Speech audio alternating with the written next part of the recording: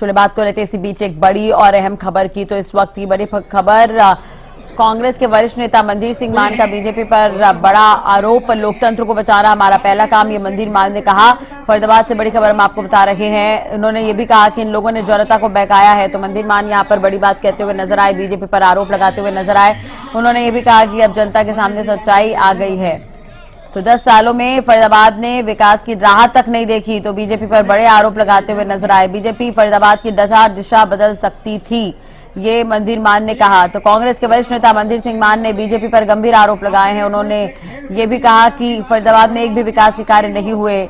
महेंद्र प्रताप सिंह बेहद साफ छवि के हैं, तारीफ करते हुए नजर आए। कांग्रेस उम्मीदवार की तारीफ करते हुए यहाँ पर नजर आए हैं।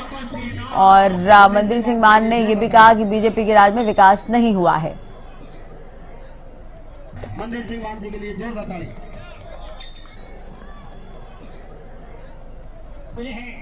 और बहुत अच्छे नेता भी हैं।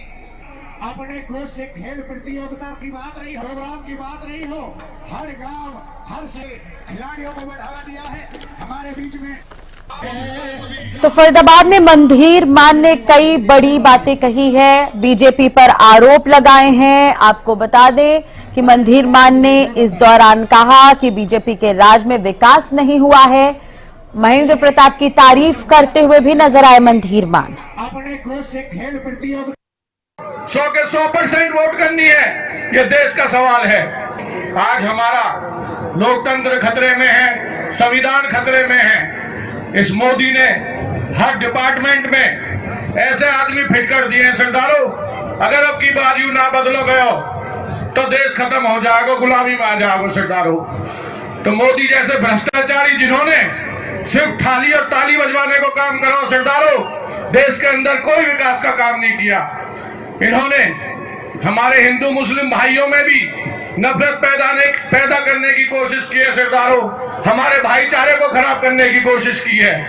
तो मैं यही कहूंगा, ऐसे अहंकारी को अब की बार सबक सिखाना बहुत जरूरी है, क्योंकि आज देश का ढांचा इसने बहुत बिगाड़ दिया सरदारों। वहीं आज किसानों को ले लो, जवानों को ले लो। हमारे कांग्रेस के समय में जय जवान और जय किसान का नारा हुआ करता था सरदारों। आज इस सरकार ने न जवान की सुनी न किसान की सुनी, किसानों पे भी लट और गोलियां पड़ रही हैं सरदारों। आप लोगों को दिल्ली जाने से रोका है, तो मैं तो यही कहूंगा, इनकी क्या ताकत है, दिल्ली हमारी है जो दिल्ली जाने से रोकेंगे। पर इन अत्याचारियों ने जो हमारे किसानों पर अत्याचार किया है, अब की बार हमारे किसान इन्हें दिल्ली से बाहर करने का रास्ता करेंगे सरदारों। वहीं हमारी आजादी के बाद जब कांग्रेस पार्टी के हाथों में देश चलाने की सत्ता आई थी सरदारों, देश को बहुत ऊंचाइयों तक ले जाने वाली कांग्रेस थी सरदारों। लेकिन इन्होंने 10 साल में ही आधे से ज्यादा देश को बेच दिया, प्राइवेट कर दिया है।